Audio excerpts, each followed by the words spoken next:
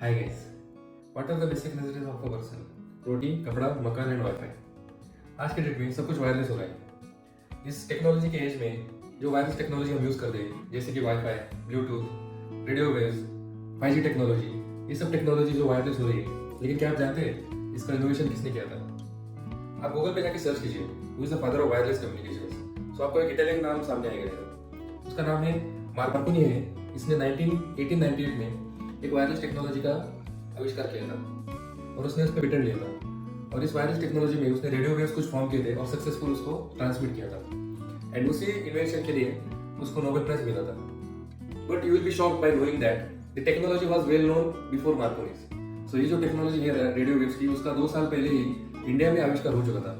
India में आचार्य जगदीश चंद्र बोस करके हमारे जो साइंटिस्ट थे, he is a very well known renowned scientist. तो उन्होंने इस टेक्नोलॉजी का यूज करके एक रेडियो वेव्स का सक्सेसफुल ट्रांसमिशन किया था and he was successful in that. लेकिन उन्होंने क्या किया था, उस टेक्नोलॉजी का पेटेंट नहीं किया था बिकॉज जगदीश चंद्र बोस जी है, he was not believing in restricting the technology or restricting the knowledge towards himself. So he was believing that जो टेक्नोलॉजी उन्होंने इन्वेंट किया था उसको वो सबको बांट रहे थे। ये मार्कोनी भाई साहब भी उनको मिले थे and the technology which was invented by Dr. Jagdish Chandra Bose, he shared that technology with Marconi and using the same technology he made the invention and Marconi took an patent for that. So all over the world Marconi was acknowledged as a founder of this invention of this technology.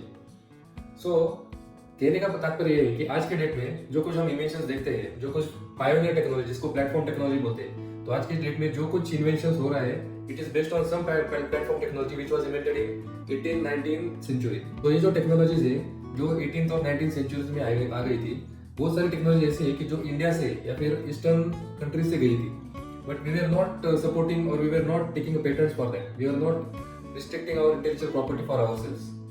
हमारा जो नारा है वासुदेव कुटुंबकम, उस नारे के हिसाब से हम ये सब टेक्नोलॉजी पूरी दुनिया में शेयर कर रहे थे। लेकिन जो वेस्टर्न कंट्रीज में जो कुछ साइंटिस्ट थे कि जिन्होंने ये टेक्नोलॉजी हमसे लिया और उसके पेटेंट फाइल किया।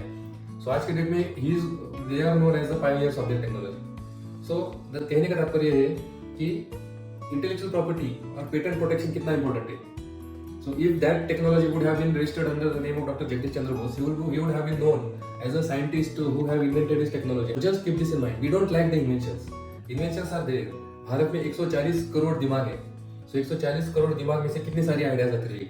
But we should focus more on the technologies and invention part. We are just using the innovations. So हम ये कैंपेन स्टार्ट करने वाले हैं जिसमें we are promoting inventions from India. So if you want to see a developed country in 2047, जैसे हमारा नारा है विकसित भारत का, जो हम अभी उसको इम्बाइब कर रहे हैं, तो अगर हमें डेवलप कंट्री देखना है तो ये इन्वेंशंस और इनोवेशंस का स्ट्रैटेजी हमें यूज करना ही पड़ेगा। Not be only copy paste and we should not be only incremental innovative country. Actual core platform technology should come from India.